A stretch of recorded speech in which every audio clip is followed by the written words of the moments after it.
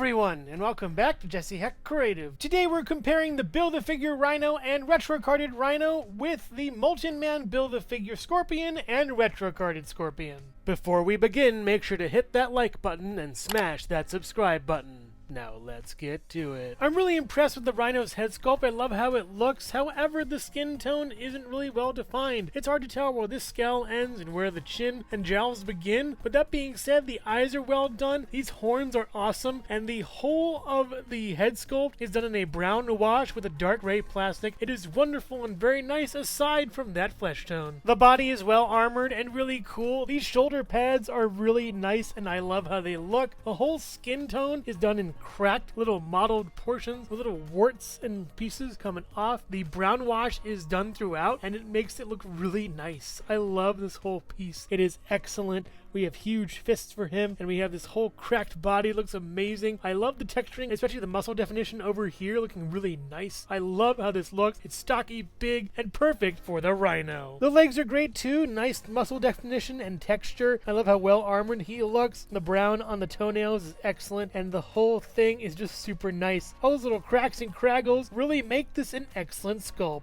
As far as accessories goes, he comes with this screaming head that looks really nice, even though it doesn't have the cowl. His eyes are really well done, his nose is awesome, and it's in a anguished scream of hatred towards Spider-Man. His eyes are a little bit derpy and kind of offset, making him look really unhinged, but I love the teeth and tongue, some of the best parts of this. I also like how the horns look, they're really great, and they have a little more inset texture to them as far as a little ring going around the attachment point. It's a really great head sculpt, and it's super funny. The head can go back this far and forward this far very nicely, as well as a swivel that is ratcheted looking left and right. It's so wonderful. Great piece. As far as articulation goes for Rhino, the head can go back this far, forward this far. You get some swivel out of that, looking really nice for this figure. You can go up this far, not that much because this gets in the way, and down you do get a swivel over here a little bit and a single jointed elbow right here. Not really that far up. You get a swivel and then a hinge for this hand, and same for the other side. You also get back this far or this far, not that much. One click, swivel over here. Very bouncy too. You get out this far and in, and then up this far, and then back. Okay, I guess. Single jointed knee going up this far 90 degrees. That's fine. It goes down and swivel here. No swivel down here. And down and then up and then a pivot with two peg holes at the bottom of the feet. And I like how this works with this bottom of the foot. There are still cracks and craggles down here. It's all painted really nicely. An excellently painted figure. Looking really cool. But is he the best Rhino in my collection? This Rhino head sculpt has seen better days. He looks through with it. Sort of old and very kind of mobstery too. This is the Rhino that I know and love how it looks. The eyes on the side are really cool, capturing a real Rhino. My one issue though is the shading on this. It looks kind of weird and half done. Do a little bit better, Hasbro. That'd be great like the other one. But that being said, it is a really nice head sculpt with some good texturing. The body is the same before as we've seen, with some shadowing points done in dark gray. It's nice, but I don't know if it's as good as the other Rhino looks wise. I do like it, but there just isn't enough as far as the figure goes. The other one went all out, but this one did half done. It could be a little bit better for it, even though I do like this color scheme a little bit more. I'd also like to point out that he lacks those shoulder pads from before, but he does have some shading over here, which makes up for it a little bit, and I don't really miss the shoulder pads. It's fine for me. The legs are all right, and the toes are done in a brighter brown at least, or more of a tan. I do like how it looks so kind of understated. There isn't really much on the back, sadly, but at least we get this for the front. You've seen this head and you've seen these fists, but man, mentioned that the thumbnails are painted really nicely done. He also comes with two gripping hands as well as a grimacing head sculpt. It's more like Unbridled Rage, but I don't really see that here that much. From the side it looks a bit better. It looks wonderful. You do get the same kind of shading as before, but let's talk about the hands. I really love how each individual thumbnail and fingernail is all sculpted and painted really nicely. It's a good touch for this figure and looks really cool. The secondary head sculpt can go back this far, not really that far, forward this far, pretty okay, and and then the ratcheted swivel once again, but less this time on the ratchets. Pretty good. One hand can go swivel and then in and out, and the other hand can go swivel and then in and out as well. Good hands. This head can go back this far and forward this far and then swivel left and right, again with less ratchets, but much better on the hands. Both Rhinos stand at just under 8 inches tall, and they look nice together. I do think the new Rhino has it all with the accessories, but the old one has it all with the paint, and if I had to choose between them, I'd probably pick the new one. I just like how he looks. That mobster look comes across much better than the older figure. I really respect the older one as far as paint, but for sculpt and accessories and everything else, the new one takes the cake. And also here's Jesse Hecht Creative. See, now, when you guys said you'd have me for lunch, I thought you were going to take me to a nice restaurant, have some good candlelight, a couple drinks here and there, but no, we're in a basement.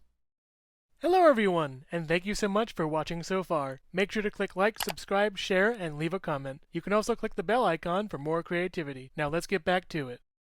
Let's take a look at Scorpion. The back of the box is pretty cool too. Up close, Scorpion has a really cool head sculpt. I like how it looks. The sneer is interesting, but I gotta say, when you put him into more and more focus and look at him more intently, you do see a lot of little dot matrix printing on him. It kind of makes him look a little bit fuzzy. He's not designed to really be seen by an up-close camera. He's designed to be seen by the normal naked eye as a good figure. Don't get me wrong, it looks cool and stuff, but I do think they went a little bit overboard with the dot matrix printing on the face. That being said, I do love the paint otherwise. It looks nice, even if it is a little bit dotty on the figure. I like how it looks. It's very nicely done as far as it goes with the head overall, but that face is just kind of ugh. The body and arms are specifically designed for the figure. I like how this looks actually. It's really neat. The nice lime green is super cool looking. I love how that looks. It is a bit cartoony, as this is kind of based off a cartoon. On the back, we have this shell over here leading down to a tail, and the tail is actually really cool. It's rubbery and bendy. You can bend it however you want. The articulation is really nice for this. You put in any pose you'd like. It is a bit heavy, and this does move a little bit on the figure, so just be careful with that. That being said, the colors are nice. The dark green and lime really work together, and the tail has a little metal looking point on it. It's a little bit flexible, slightly bendy. It looks really cool. There are little dots to facilitate the wires going in the tail and all the way to the back, and it's a really nice piece for this figure. The legs have cut-in stripes to them, and they look great. I love the little hook over here, sort of like another scorpion tail as well on this side too. The green boots give it a nice touch at the end, and it looks wonderful. It's a nice piece. It deserves a lot of love. This is really neat. As far as articulation goes for Scorpion, the head can go back this far over here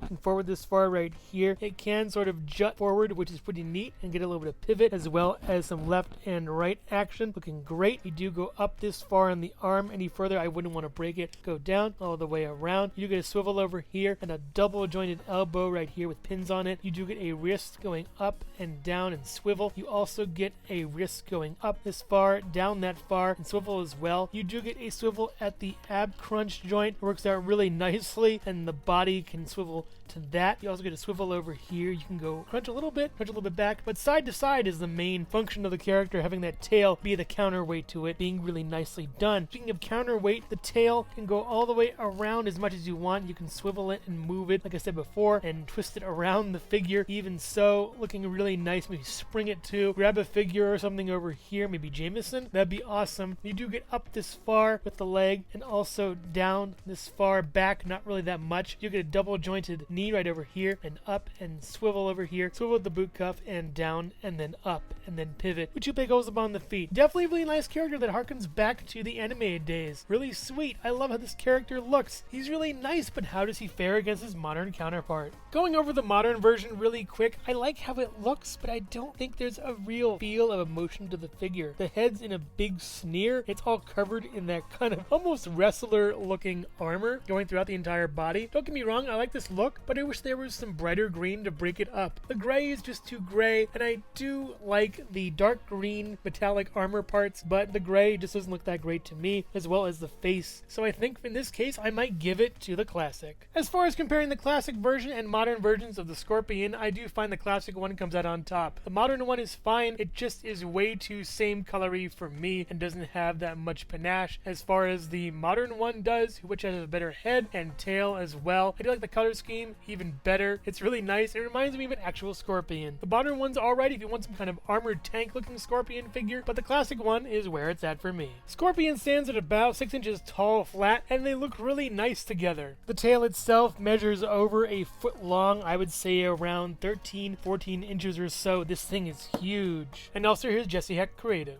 I've seen enough on the internet to know where this is going. Overall, out with the old, in with the new. I am torn on which Rhino is better. On one hand, the old version has a really funny screaming meme head. I do love those shoulder pads, they're really cool, and the paint job is phenomenal except for the thumbs on the fists. I do love how this one looks, but I'll have to give it to the new one. Such a great figure with a lot of nice washes, good sculpt, and pretty nice paint. I do love the head sculpts and hands though. They set it apart from the previous one. This one gives you more bang for your buck, it's cheaper, and it's so much nicer of a figure. As far as Scorpion goes, it's clear cut who the winner is, the classic one. I love the color scheme. The lime green is really vibrant and bright. The dark green is really nice on it, and sure, the face has a little bit of paint mishaps or printing mishaps in this case, but I find this one to be the clear cut winner as opposed to the modern one. It's just too much metallic green for me, and the gray is off-putting, as well as that face sculpt with the mask more like a luchador and not more like a Scorpion. I highly recommend getting the retro-carded Rhino and retro-carded Scorpion and leaving the Molten Man Build-A-Figure Scorpion and Build-A-Figure Rhino in the past. But make no mistake, whether it be horn or tail, Spider-Man's getting impaled. So which one is your favorite? Let me know in the comments below. Thank you so much for watching Jesse Hecht Creative. Feel free to click like, subscribe, share, or leave a comment. You can also visit us at jessehechtcreative.com,